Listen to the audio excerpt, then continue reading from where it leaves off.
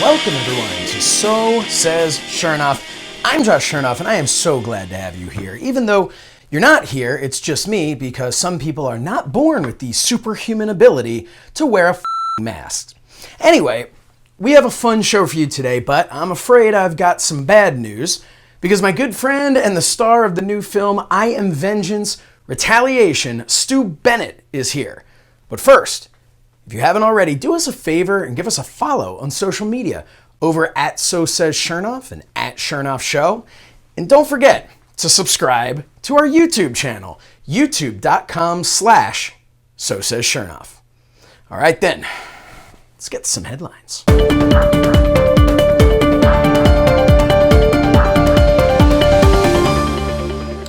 That's a fun new open. All right.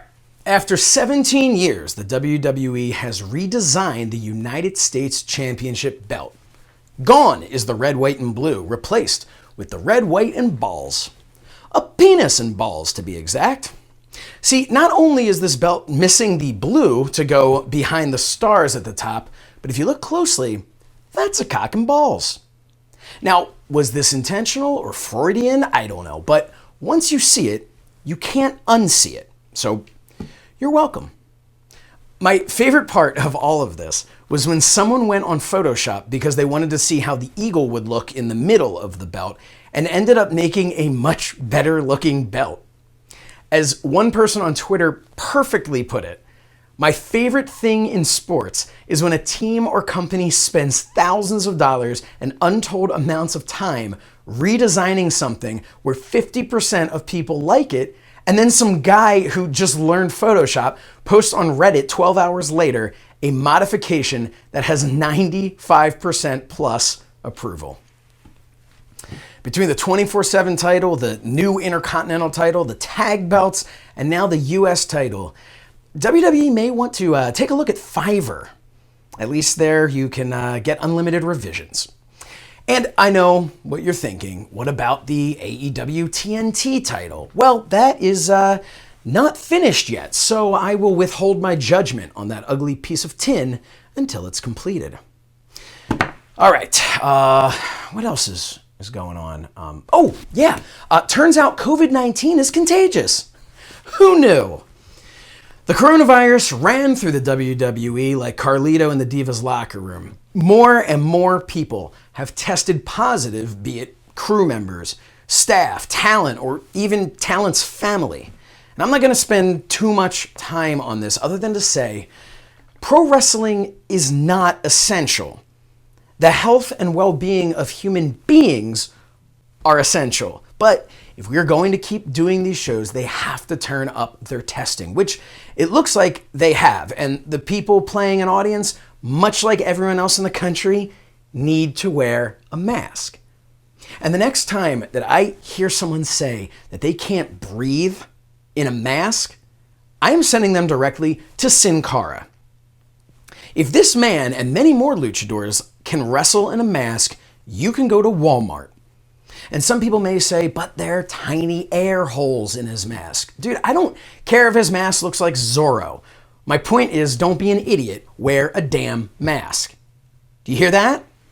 You hear my live audience cheering for that statement? I don't, because nobody's here, because we're in July and you assholes still won't wear a mask. Okay, I'm done. I'm done. Moving on. Hashtag speaking out. Man, oh man, did that change some things. From locker rooms to Christmas card lists, a ton of people in the wrestling business were finally outed for everything from inappropriate racial slurs to sexual assault. But the best thing to come out of this isn't the removal of toxic people from the wrestling business. No, the best thing to come out of this is that someone went on Chris Hansen's Cameo page and asked him to record this message for Joey Ryan. Joey, what am I to do with you? First of all, this very suspicious screen name, JDog69. What do you mean by JDog69? Joey.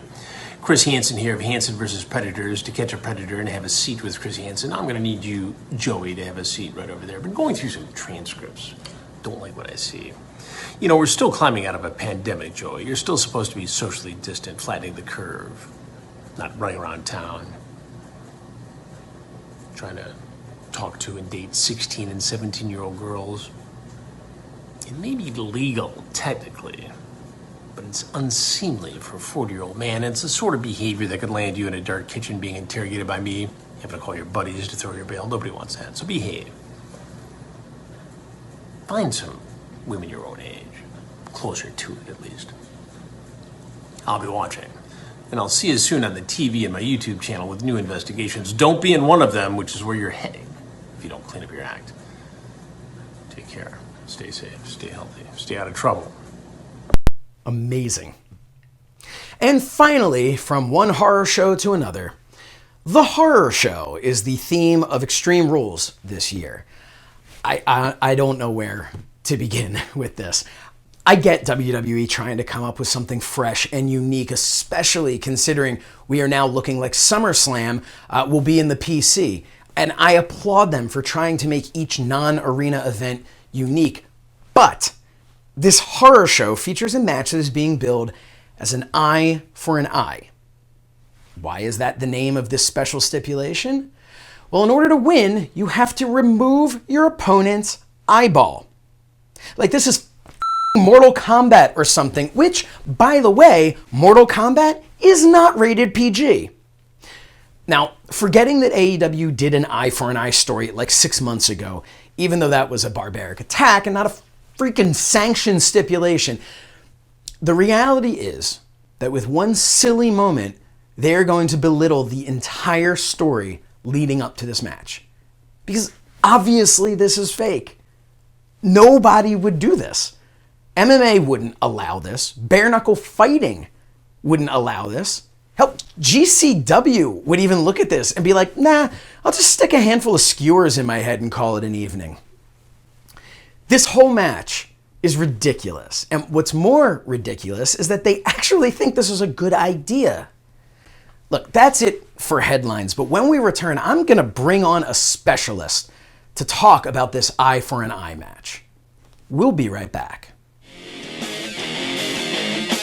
Here's a story.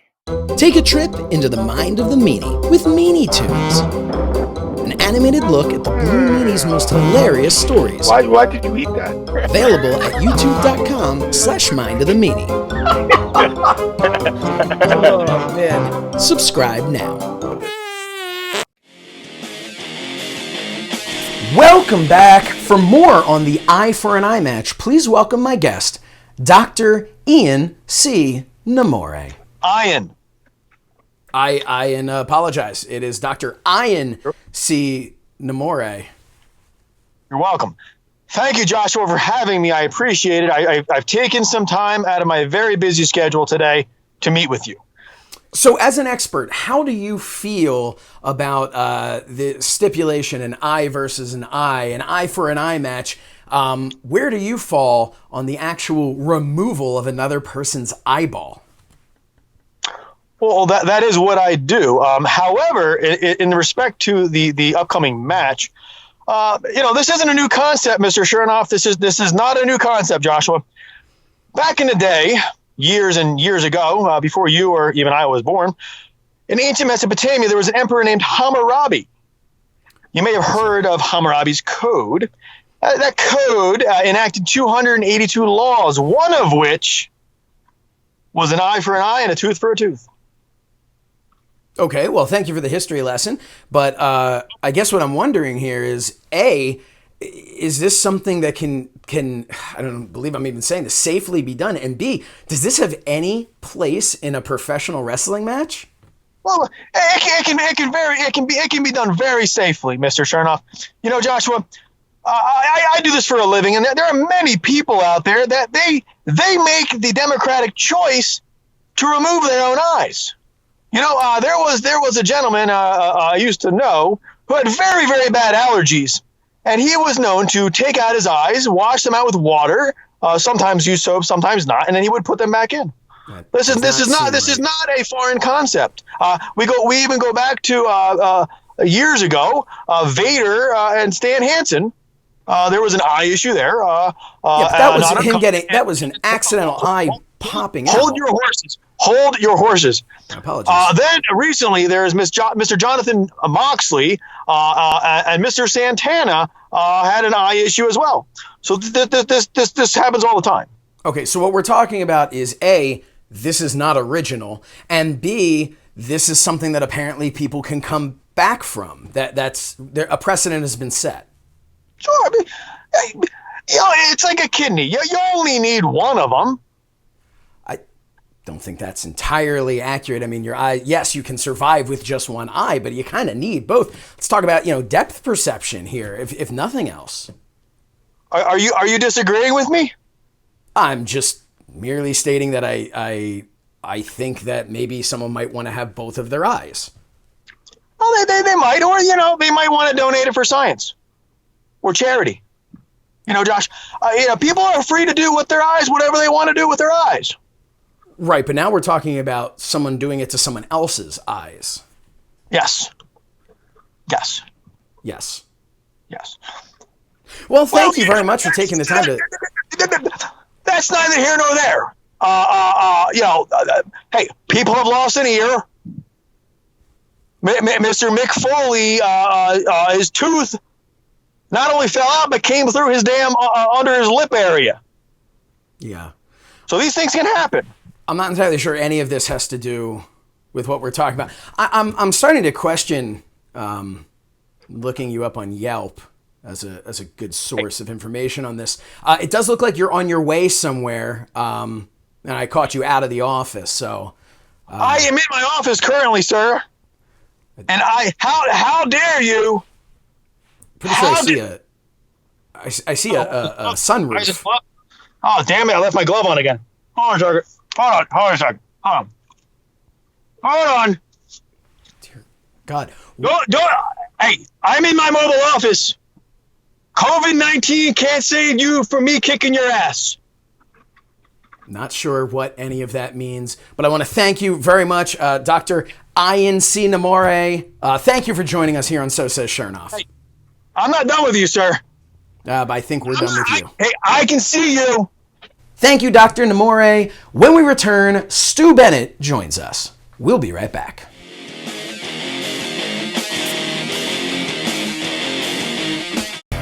Take a trip into the mind of the meaning, a brand new podcast featuring former WWE and ECW star The Blue Meaning. We'll cover wrestling, music, movies, sports, and lots of useless knowledge, all contained in the mind of the meaning. Subscribe now and follow us on social media at Mind of the Meaning. Welcome back to the show, everybody. My guest at this time is a former WWE Intercontinental Champion, former King of the Ring, and today he is here to talk about his new film, I Am Vengeance, Retaliation. Please welcome Stu Bennett. Stu, how's it going, man? Hey, what's up, Josh? Great to speak to you again. How's life? Life is good. I'm talking to you, so it can't get much better than that, right? Good deal. So a couple of things that I want to talk about. Obviously, I want to cover a little bit of wrestling here too, but right off the bat, I want to talk about your new film, I Am Vengeance, Retaliation. It is a sequel, and as we record this, it is now available in the US and in the UK. So tell us a little bit about where people can find it and a little bit about what we can expect. And did you have to see the first one to check out the second one? That's a very good question, Josh. So I Am Vengeance, Retaliation is indeed a sequel, but it has been designed that if you didn't see the first one, which came out 2 years ago, it's not a problem. It all kind of stands alone, even though it is a sequel, if that makes any sense. Just for the record, I Am Vengeance, the first one, is available in the US on Netflix now. It's completely free if you check it out on there. The rest of the world, you might have to rent it or buy it on VOD. But like you say, I Am Vengeance, Retaliation is the one that's just come out now. It's available on all major VOD platforms currently, wherever you are in the world. So go check your local one, and it'll be on there. It's an action film. It's me. I'm starring as the lead in it. Good guy for once. I know people aren't often used to seeing me in that kind of role, so it's a new space for me to be in. And my big rival in the film is Vinnie Jones, who's a very famous star in the UK. I think he's a pretty big name in the US too, in the action world. And it started up as a rough and tumble soccer player in the UK, probably the roughest soccer player in history. Parlayed that into a great film career, so I'm up against him in this. Plenty of fighting, plenty of shootouts, car chases, explosions, that kind of thing. Very much an ode to 80s action films, which is kind of what I grew up on, really. Now, what was it like to be able to work alongside somebody like that? Obviously, you know, from a celebrity standpoint, you have years of being a celebrity yourself from your wrestling career. Now you've done a number of films, but to have this opportunity to go and work with somebody like that, when did you find out that he was going to be cast in this? And what was it like to work with him?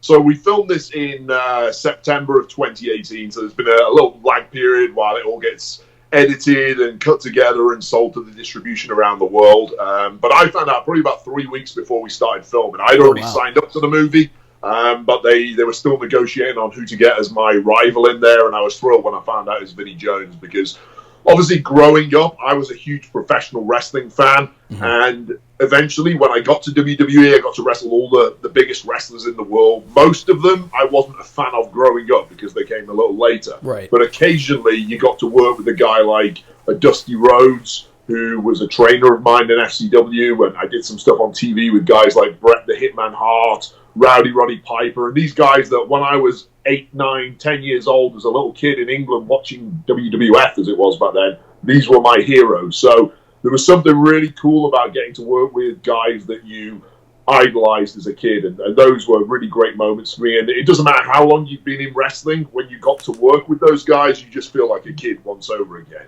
And it was kind of like that working with Vinnie Jones, and I'll parlay that into Vinnie Jones was a huge soccer player in the UK, so when I was 7, 8, 9 years old, he was like one of the big names of soccer in the UK, and I'm a big soccer fan, as most people know, and he was the notorious bad boy, and, you know, winning everything with Wimbledon, who he played for, and subsequently parlaying that into a big movie career, and some of my favourite films, Lock, Stock and Two Smoking Barrels, and Snatch, and the stuff he's been in. It was almost like I felt like a kid speaking to him again. So very cool for me to work with a guy like that, especially given his caliber as a performer, his caliber as an actor. He's worked with some of the absolute best in Hollywood, I was lucky enough to sit with him, chat to him as a friend, hear about his football career, his soccer career, and then learn about his movie expertise and his acting expertise too, and try and pick his brain on that. So very fortunate to get to work with a guy like that. Oh, absolutely.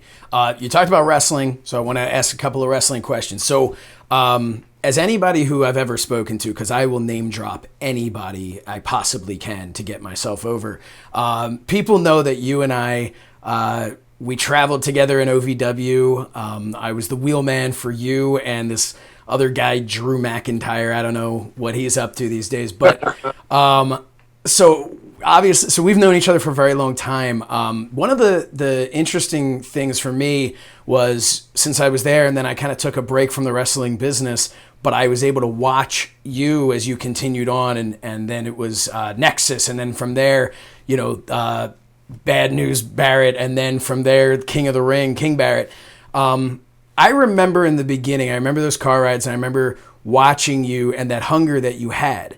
And then I remember all of the interviews that you did after leaving the WWE where that hunger wasn't, maybe I shouldn't say the hunger wasn't there anymore, but your feelings had changed, obviously, while you were there. So I wanted to know just a little bit what happened in that time. What took you from, because you were no slouch, you were there, you were doing everything you possibly could to make it. Then you got to the WWE, and obviously a couple of years go by and you're leaving and you seem kind of miserable there. What happened? Yeah, I will say I pretty much hated the wrestling industry for a little while when I left. And I was fortunate that my contract came up at a time where I started feeling like, I'll say probably my last year with WWE, which if you think to pretty much the entirety of the King Barrett run, from then, when that started onwards until I left, I was absolutely miserable and I couldn't wait to get out of there. And you're right, when we were younger and you were driving me and Drew around, and I have a very vivid memory of changing a car tire at the side of a highway, and I was numbskulled, not having any clue how to do it, but I think we muddled through it. But they were fun days, and that was, I was being paid very little at that point, as you were, if you were even being paid at all at that point. I think we were all kind of on a wing and a prayer, pretty much hoping that this crazy journey turned out right. And obviously me and Drew had traveled across the world, and that was all we cared about, was making it in pro wrestling. And that hunger that we all had at that point was huge. And I think I think there's an element of the unknown in that you're chasing something that you don't really know what's on the other side of that curtain until you get there. And there's also an element of a carrot being dangled in front of you in that, okay, there's this, if you keep climbing this ladder, keep doing these things we're telling you, you're going to eventually get to this carrot. And I think one of the things that disillusioned me was, first of all, looking behind the curtain and maybe seeing that things weren't what I'd always hoped they would be.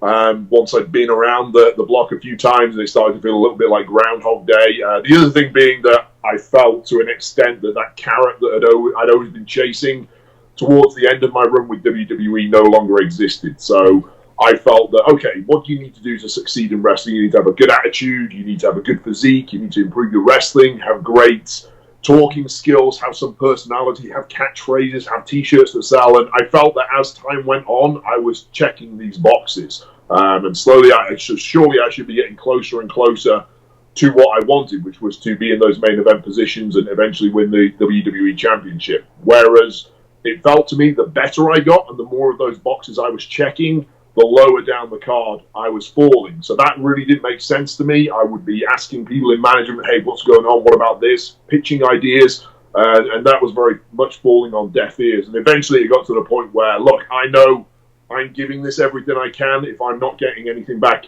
from you guys, and in fact I'm heading downwards on my trajectory here, then something's seriously wrong. And I think that was probably the point I got most disillusioned. And the problem with the WWE lifestyle that I was living anyway is that it's 100% of your life. It takes up all your time. I didn't have time for girlfriends, for travel, for going out to see family, for taking breaks, for doing anything apart from this 100% of my time being taken up by this world. And when it's not giving back to you, or you feel it's not giving back to you, it can become a pretty lonely and miserable place. And I got to the point in that last year where the last thing I ever wanted to do was get out of bed in the morning, go to Tampa Airport to get my flight out for the next week of travel. And, I couldn't wait to get out of there at that point. But as you said, you've been there yourself. Sometimes we all need to step away from it. I'm glad I stepped away before I became bitter and miserable. And hopefully before I became a horrible person to be around, and I went away, did some other things, and slowly but surely that passion, that desire starts coming back again, and that fire comes back as you found yourself, and you want to be back around the business. And then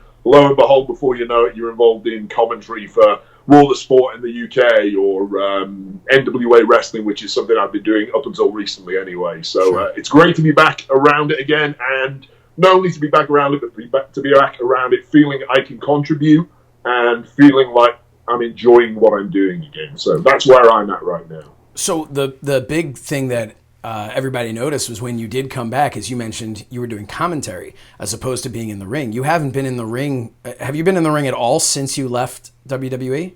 No, I have not. And I'll be honest with you, I never officially retired when I left WWE in 2016. And I still haven't. But I'd be lying if I said that I could foresee myself going back to wrestling those 250, 260 nights a year that I used to, and traveling the world non-stop, because I'm 39 years old now. I'll be 40 in 1 month. And I enjoy the pace of life now. I'm not saying I'll never wrestle again. I think at some point I will wrestle again in some capacity. And it's great now that there are additional options out there in terms of locations to wrestle. So when I was coming through anyway, the only place you ever wanted to go was WWE. Right. TNA was always an option, but it always felt like, okay, this is the B level. Whereas now I think with AEW, WWE, obviously, NXT, Impact have really raised their game. Ring of Honor have been doing some great stuff. And of course, you've got Japan and some stuff going on in the UK. And of course, let's not forget NWA. I feel like there's a lot of places that as a wrestler you can go and find your flavor of ice cream. There's some of those companies I've named that I would not be a good fit for in ring. Other ones I would be a much better fit with what I can do and what I enjoy doing. I think it's great now that those options are there. And when the right thing comes up, in the right moment in time, the right schedule, the right deal, I think I will be back in the ring in some capacity. Now, you had mentioned at one point when you were checking off the list of all the things that you needed, you mentioned physique.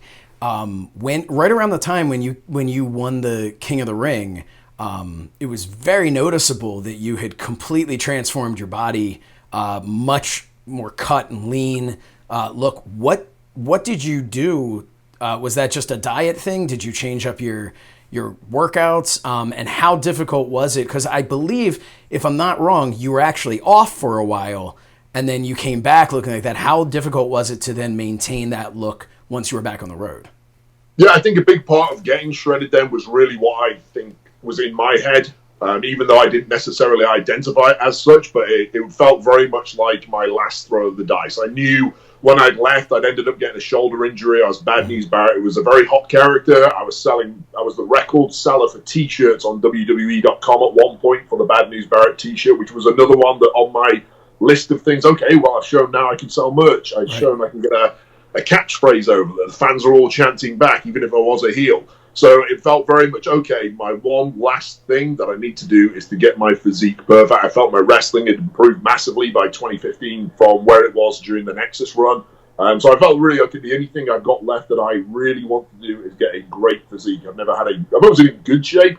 I never had a great physique. So I wanted to get ripped. It was very much changing diet, cutting carbs. For the first time in my life, I've really started focusing on that. When I was younger, I was very skinny.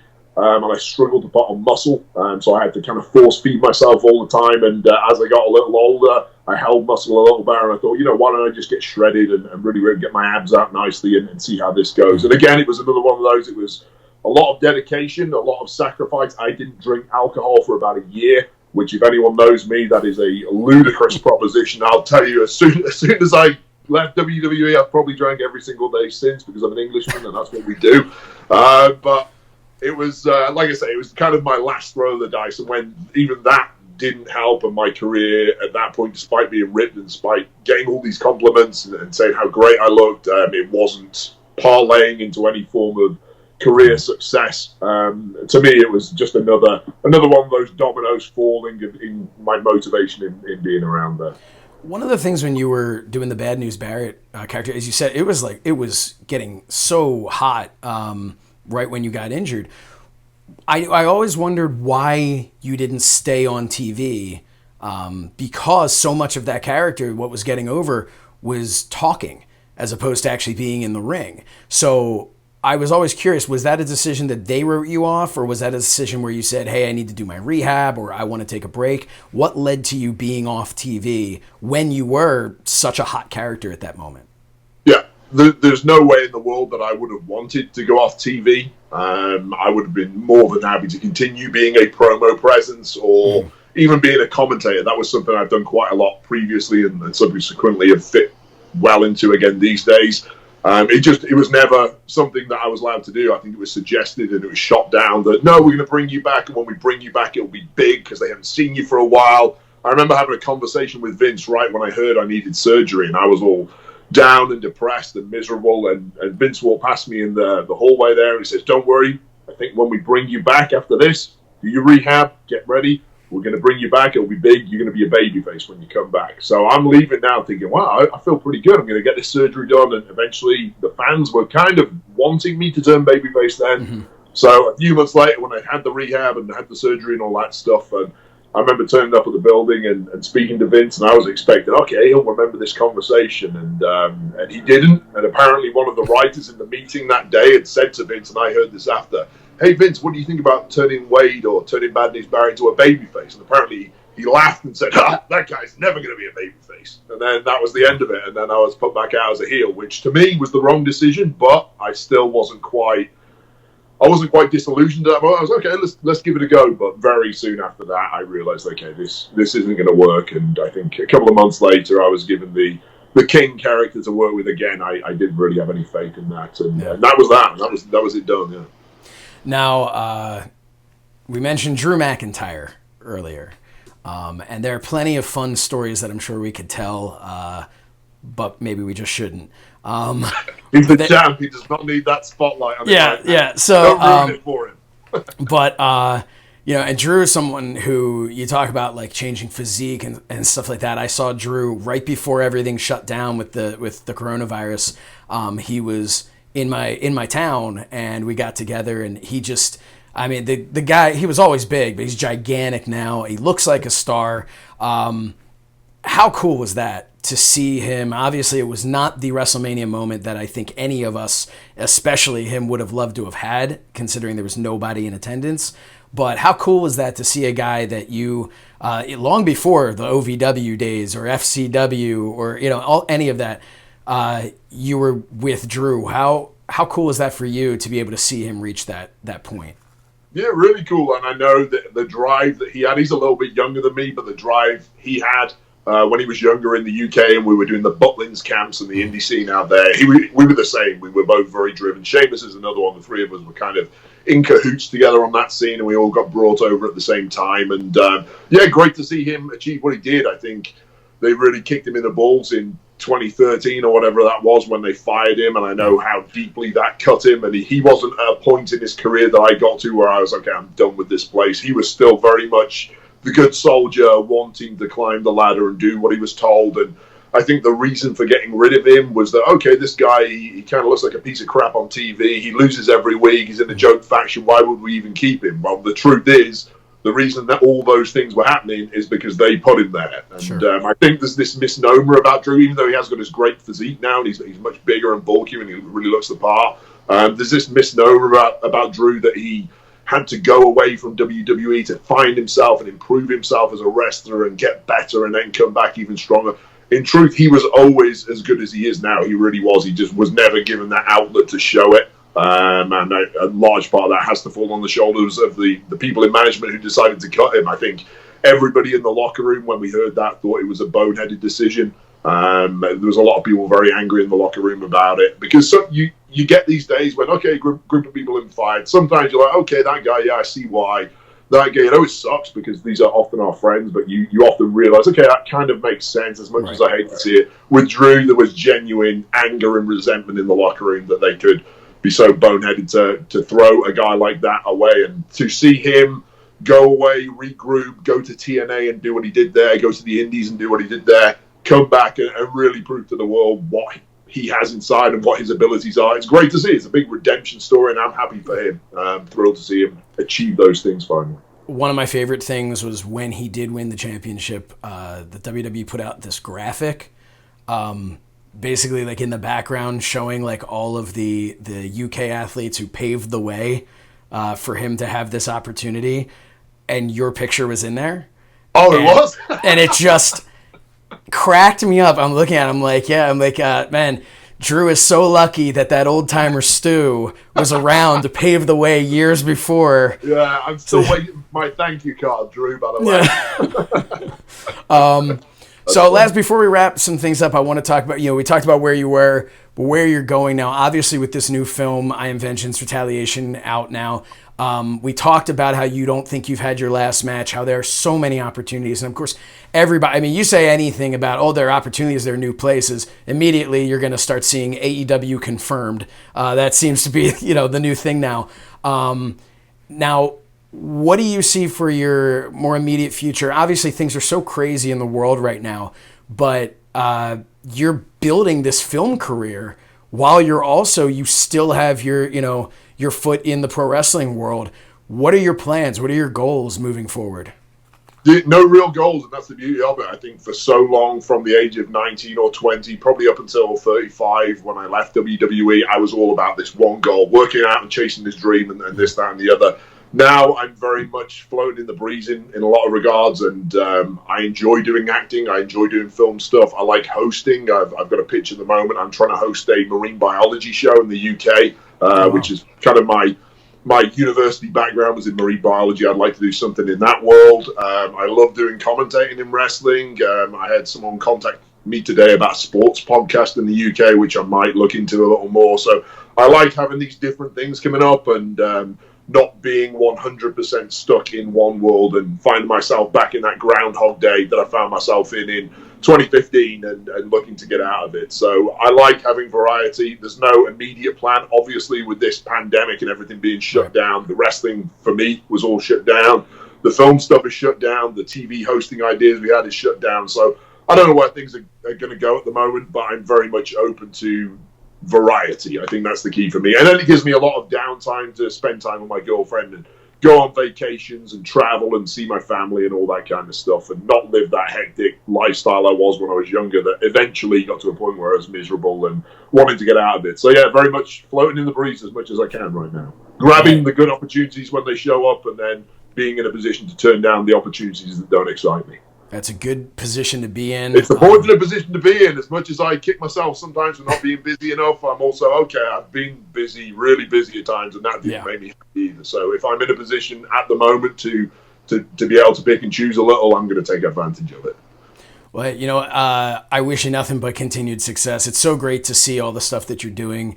It is so, you know, weird sometimes when I'll see things like, you know, the film that you're in, and I'm just like, man, I remember squeezing him into my two-door car, where your head was just, you know, on the ceiling the entire time. But and I'm just so happy to see, you know, because I did watch that whole time in the WWE, and obviously, you know, being just a big fan of yours personally and professionally, I really wanted the same things you wanted for yourself. And you know, it was upsetting to see that you were, I guess we'll say, mistreated or misused, but to see where you are now and that you do kind of have that position where you're kind of in control of your own destiny, for lack of a better term, it's really cool to see.